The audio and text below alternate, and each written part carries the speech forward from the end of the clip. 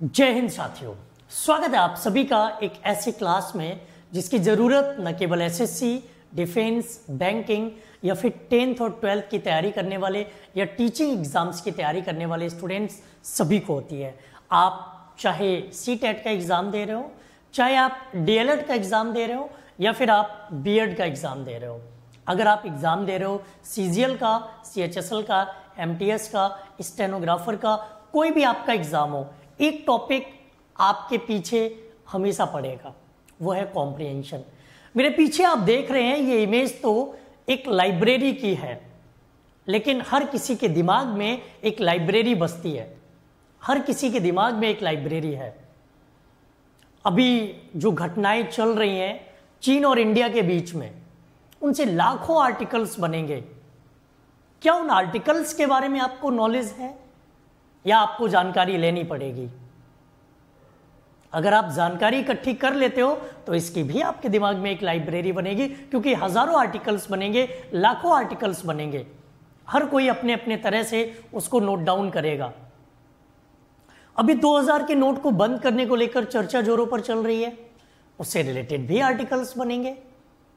Education system में strength क्या है, वीकनेस क्या है, उससे रिलेटेड भी कई सारे आर्टिकल्स बनेंगे जो टीचिंग एग्जाम्स के लिए इंपॉर्टेंट होंगे, स्पेशली सीटेट के लिए। इसके अलावा अगर हम एसएससी जैसे एग्जाम्स की बात करें तो हजारों किताबें हैं जो सोशल इविल्स पर लिखी गई हैं, जो सोशल रिफॉर्म्स पर लिखी गई हैं, जो इंडिया के कल्चर पर लिखी गई हैं, जो इंडियन सोसाइटी पर लिखी गई हैं। कई सारी बुक्स ऐसी हैं जो इंडिया के फाइनेंशियल क्राइसिस पर लिखी गई हैं, कई सारी बुक्स ऐसी हैं जो रिसेशन पर लिखी गई हैं, कई सारी बुक्स और आर्टिकल्स ऐसे हैं जो नोबेल प्राइज पर लिखे जाते हैं, कई सारी बुक्स और आर्टिकल्स ऐसे हैं जो हमें आईना दिखाते हैं, हमें ये सीख देते हैं कि जो काम हम कर रहे हैं वो सही दिशा में है या गलत दिशा में है।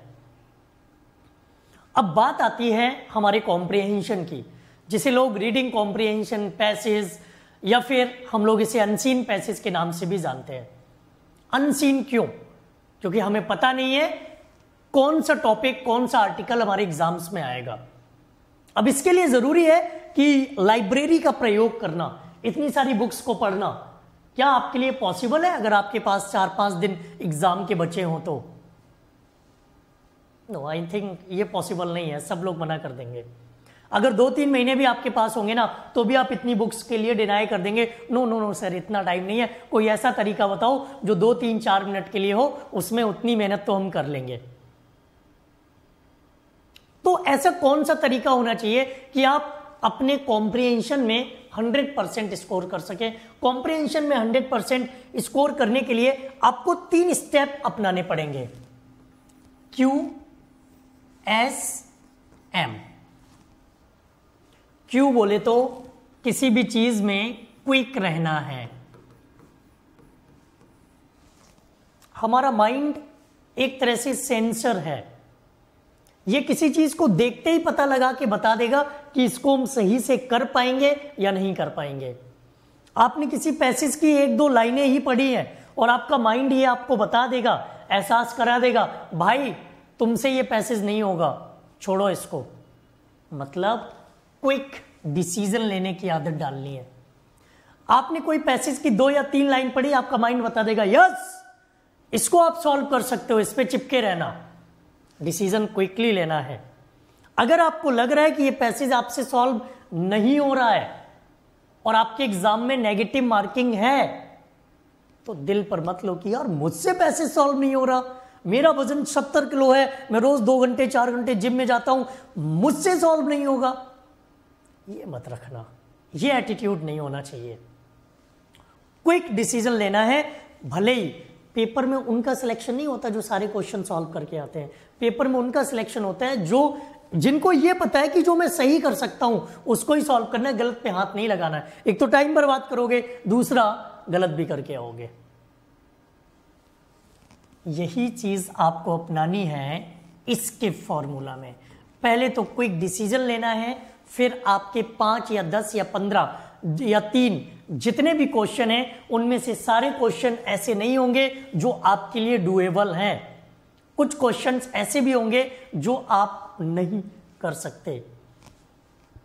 छोड़ दीजिए, स्किप कर दीजिए, उनके पीछे मत पड़िए, वो आपका नुकसान ही कराएंगे। और मेमोरी बहुत बड़ा रोल प्ले करती है। जब भी आप पैसेज के बारे में किसी से बात करोगे ना, तो लोग आपसे कहेंगे कि ये पैसेज आप पहले क्वेश्चन पढ़ना फिर पैसेज पढ़ना, आप जवाब दे सकोगे। वो गलत नहीं है। कुछ हमारे जैसे लोग मिलेंगे, वो कहेंगे पहले पैसेज पढ़ना उसके बाद क्वेश्चन पढ़ना, आप सही कर लोगे। और मैं भी अपने आप को गलत क्यों बताऊं। पैसेज सॉल्व करने के दोनों तरीके सही है। मान लीजिए कि मेमोरी आपकी अच्छी है, आपको जो आर्टिकल देखने को मिला है जिसके आपको जवाब देने हैं उसके बारे में आपको पहले से ही जानकारी है, आप उसके बारे में बड़े अच्छे से जानते हैं, उसको बारे में सब कुछ पता है आपको, फिर आपको पैसेज पढ़ने की कोई जरूरत नहीं। इसका अंदाजा कब लगेगा? जब आप 2 लाइन पढ़ोगे, क्विकली डिसीजन लोगे और आप अंदाजा लगा लोगे कि हाँ यार ये वाला पैसेज तो इसके बारे में तो मेरे को सब जानकारी, इसके अंदर बाहर की कोई भी जानकारी पूछो मैं दे दूंगा। नहीं पढ़ना पैसेज, सीधे क्वेश्चन पढ़ो, आंसर दो, कड़ा। ये मेमोरी, ये क्वेश्चन पढ़ो, सही है। लेकिन कुछ पैसेज ऐसे होंगे जिनके बारे में बिल्कुल वेरी फर्स्ट टाइम आप देख रहे होंगे, वेरी फर्स्ट टाइम आप पढ़ रहे होंगे।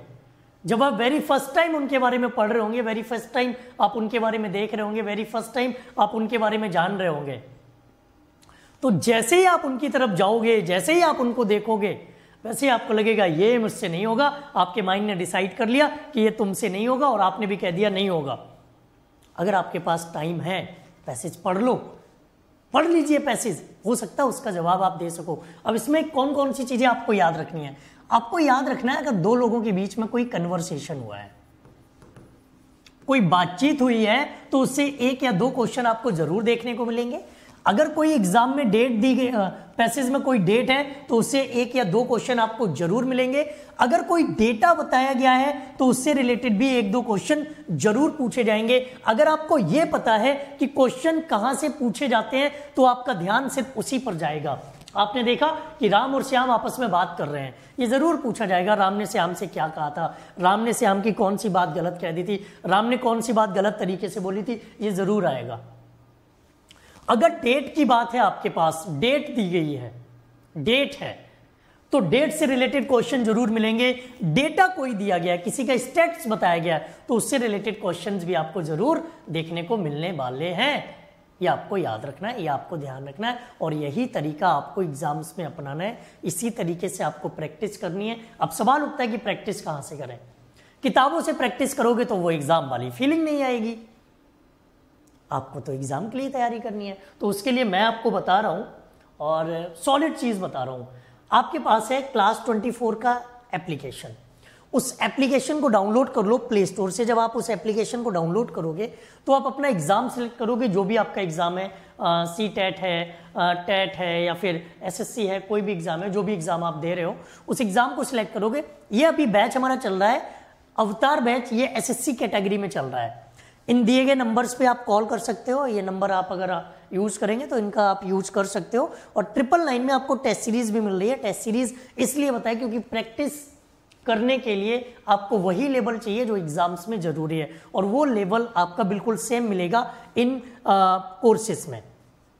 इसमें आपको कंप्लीट कोर्स मिलेगा, ये लेटेस्ट पैटर्न पर बेस्ड है, डाउट सपोर्ट है, डिटेल्ड एक्सप्लेनेशन है, बाइलिंगुअल क्लासेस है और प्रिंटेबल नोट्स आपको इसमें मिल जाएंगे। ये आपको मिलेगा जब आप क्लास 24 एप्लीकेशन डाउनलोड करोगे, तो अपने एग्जाम्स को सिलेक्ट करोगे, SSC CHSL पे जाओगे तो आपको वहां पर मिल जाएगा अवतार बैच, और वहां से आप इस एग्जाम, इस कोर्स को ज्वाइन कर सकते हो। तो मैं आपके लिए केवल ये इन्फॉर्म करने आया था कि पैसेज की प्रैक्टिस आपको कैसे करनी है, इसकी सटीक कंटेंट आपको कहां से मिल जाएगा, वो सारी इंफॉर्मेशन मैंने आपको दे दी। जुड़े रहिए हमारे YouTube चैनल के साथ, अभी सब्सक्राइब करो। क्लोज टेस्ट, कॉम्प्रिहेंशन, वोकैब और PQRS में महारत हासिल करने के लिए ग्रामर पढ़ाने वाले लाखों मिलेंगे, लाखों वीडियोस मिलेंगे, लेकिन क्लोज टेस्ट, कॉम्प्रिहेंशन, PQRS और वोकैब को पढ़ाने और सटीक तरीके से पढ़ाने के लिए आपको बहुत गिने चुने लोग मिलेंगे, और मैं उनमें से एक हूं। आज के लिए इतना ही। Thank you. जय हिंद।